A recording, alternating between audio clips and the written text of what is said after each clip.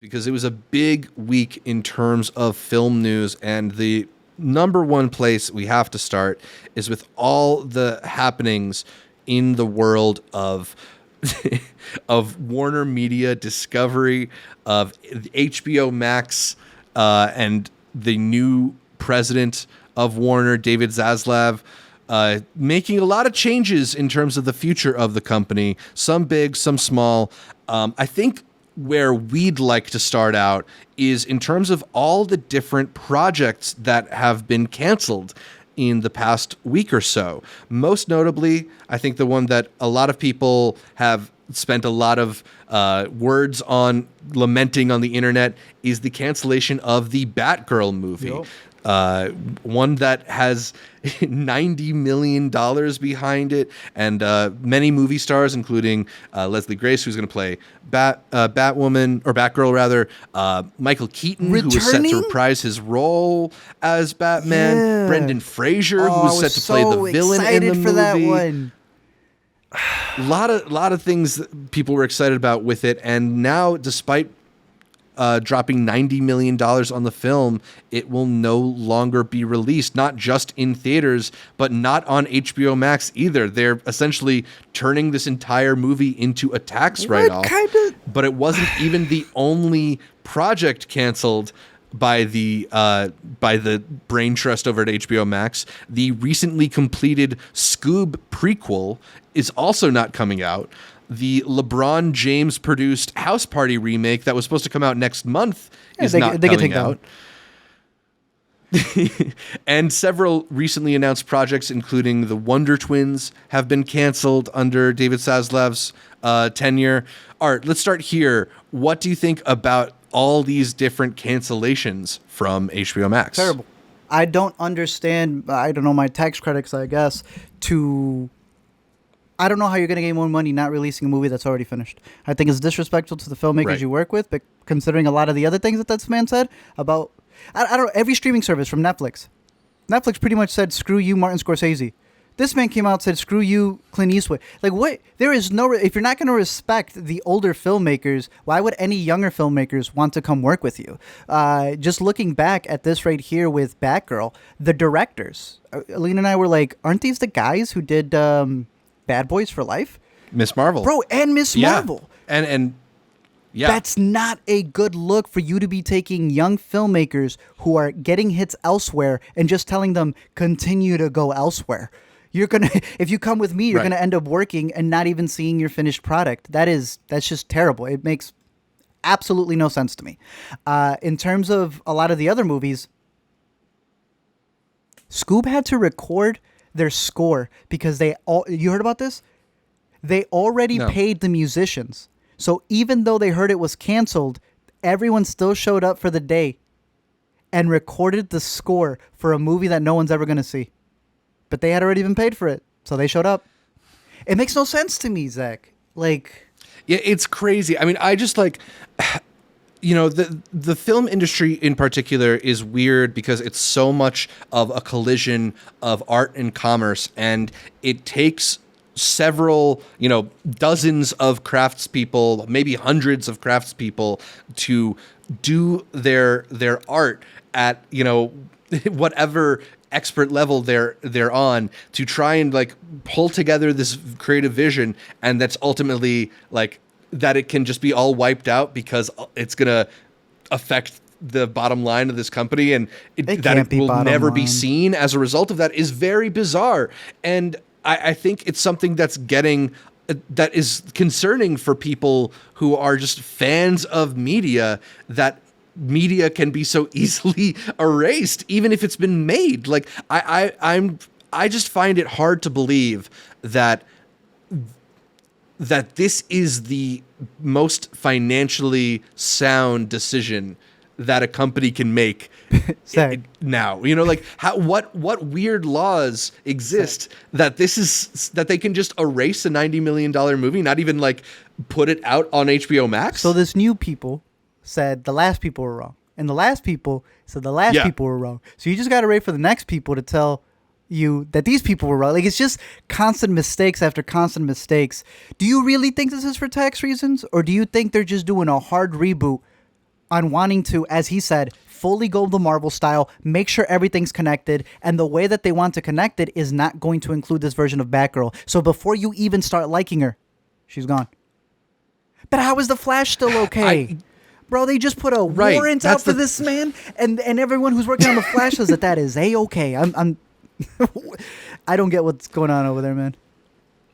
Yeah, I mean, I just don't think that ultimately putting out a movie like Batgirl, even if it was terrible, and like I highly doubt it's like that bad. Exactly. But even if it's terrible, I don't think it hurts DC as like a valuable, brand, right? Like there will always be interest in those superheroes, regardless of whatever spin-offs or side things are happening.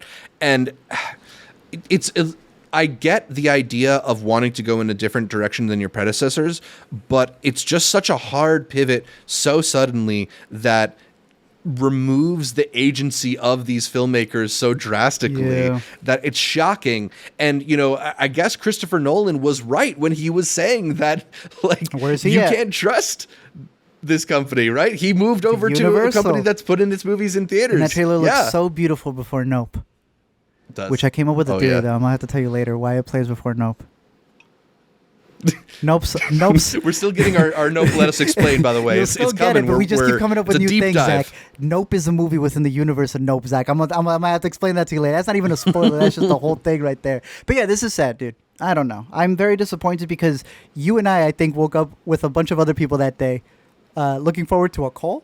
An HBO Warner call, worried that HBO might be gone by the end of the day, man. I was refreshing my HBO, which you're kind of worried because the app kind of sucks, so you don't know if it's gone or if that's just the way that it works. But there's so many changes they could do, and I guess adding all of those reality shows. It's already hard to find a new thing on HBO, and now you're gonna have to go through all the Property Brothers and. Yeah, I mean. I don't know how much you want to dig into the call itself, but there was definitely some dispiriting things. It's good memes, but dispiriting things said about how they view their network. I thought it was interesting when they had that one thing that was, these are our brands, our franchises, our iconic character. Like, who decides what row Looney Tunes should go on? I don't know. It's bizarre. But they did announce that there are plans to combine HBO Max with Discovery Plus sometime in 2023. Yep. They've also announced that some of the big shows on Discovery Plus will start airing episodes on HBO Max as well. So as you were alluding to, it's not quite the HBO Max is going away thing that we all feared. It seems a little bit more likely that Discovery is going to get folded into HBO Max now. We'll see. But still, it changes the priorities and puts a bigger emphasis on all these non-scripted shows. Not all the shows for women, according to HBO. Yeah, I have it pulled up there. It's Discovery Plus is where the females go. It's unscripted. It's lean back. It's the home of genre dumps. Which here we had a topic of the week on genre dumps, of course, as opposed to HBO Max, where the males are at. Zach. Yeah, that's my fandom zone on HBO Max. This is hilarious, but you have to understand this is how they speak. This is how corporate people speak. I'd like to go back to one of my favorite lines from Michael Bay. He goes, "They is always the studio. They don't know what they want." This is how they see things. This is the most minuscule way of putting everything into checkboxes. And when you have those people making the decisions, you don't end up with good creative movies, sadly. Yeah, unfortunately. Let's also talk about the updates to HBO Max itself, because as part of their streamlining of HBO Max, the service has quietly removed a few movies made for HBO Max originals, the kind of films that you think, if anything, should permanently live on HBO Max. Yet films like Moonshot, Superintelligence, The Witches, An American Pickle, Lockdown, Charm City Kings, they're all gone, no longer hosted on the HBO Max platform, as well as some HBO original shows like Vinyl, which comes with an episode directed by Martin Scorsese. Camping, the Lena Dunham Show, Mrs. Fletcher, the limited series, Run with Merritt Weaver and Donald Gleason, Beartown, which I've recommended and put on a best of list, not on HBO Max anymore. Art, what do you think about the disappearing movies and TV from HBO Max?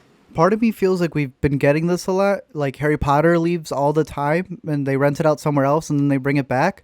Yeah, so I just found out that they Warner and Universal have a deal where every 8 months it flips between the two. That's exactly what's been happening. It's so goofy. Yeah. I fear this is what we're going to have everywhere. The moment that Disney Plus was able to snatch away the Netflix Marvel shows, nothing matters, Zach. You know how many Netflix shows say Warner Media right at the beginning? Like Sweet Tooth is Warner Media. The Keep Breathing one that just came out is Warner Media. At what point is Netflix going to get screwed out of the fact that they're just a distributor and all of those shows that they co-partnered with from Universal can just be snatched back? It's like the craziest way of... mind you, I just saw Industry, so I've got all that stuff in my head. You give them everything, and then in the last minute, pull them out, you dry them out. That's where I feel we're heading, where it's just going to be a game of licensing. Can you over-license or under-license other people? Yeah. I mean, what's also interesting and a little bit different about this than like even the Netflix shows is these aren't properties that are being pulled off of HBO Max so they can go onto Paramount Plus or something.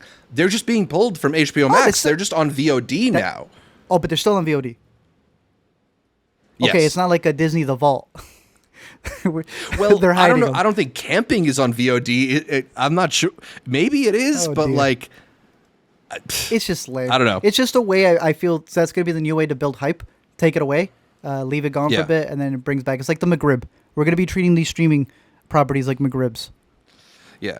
So what some of the analysis was saying is that essentially HBO decided that it wasn't worth continuing to pay the licensing fees to these companies versus just taking them off. So even though it's not like full residuals like it used to be, it's still too much money for them to keep these shows on for whatever reason they've calculated. Wow. But I don't know. It sucks, man. Like, especially the Max originals. It's like, stick with the movies you've made. What's the point of signing up for the service if the stuff you made isn't on the service? People are signing up for a year, and those are the things that are in the advertisements, but they get away with it because a little tiny asterisk that says, by the way, we can do whatever we want. By the way, we get... Right. It's bad, bro. And I the thing that has been really interesting is I think this more than anything is what has creatives in Hollywood worried right now. I don't know if you pulled up that tweet from the Dickinson showrunner, Alana Smith, but she was talking about how she was begging for a physical copy of her show because in the event that Apple TV Plus goes away, which who knows, maybe it will in the future. We've been saying this too, yeah. Where are people going to see this stuff produced exclusively for streaming that companies like Netflix don't want to allow onto DVD? You know, like I was on the fence about buying that BoJack Horseman season 1 and 2 collection, but now I really need it. Stranger Things, changing things, and unless you have the original copies of it, you're not going to see what was there or not. And then they said things didn't get changed, but they did get changed. You just physical copy, physical media, I think is right. That's what I should have written in the back. Might as well just tattoo it. Yeah. Physical media. Just stick to that. Yeah, I don't know. It's a concerning future for sure.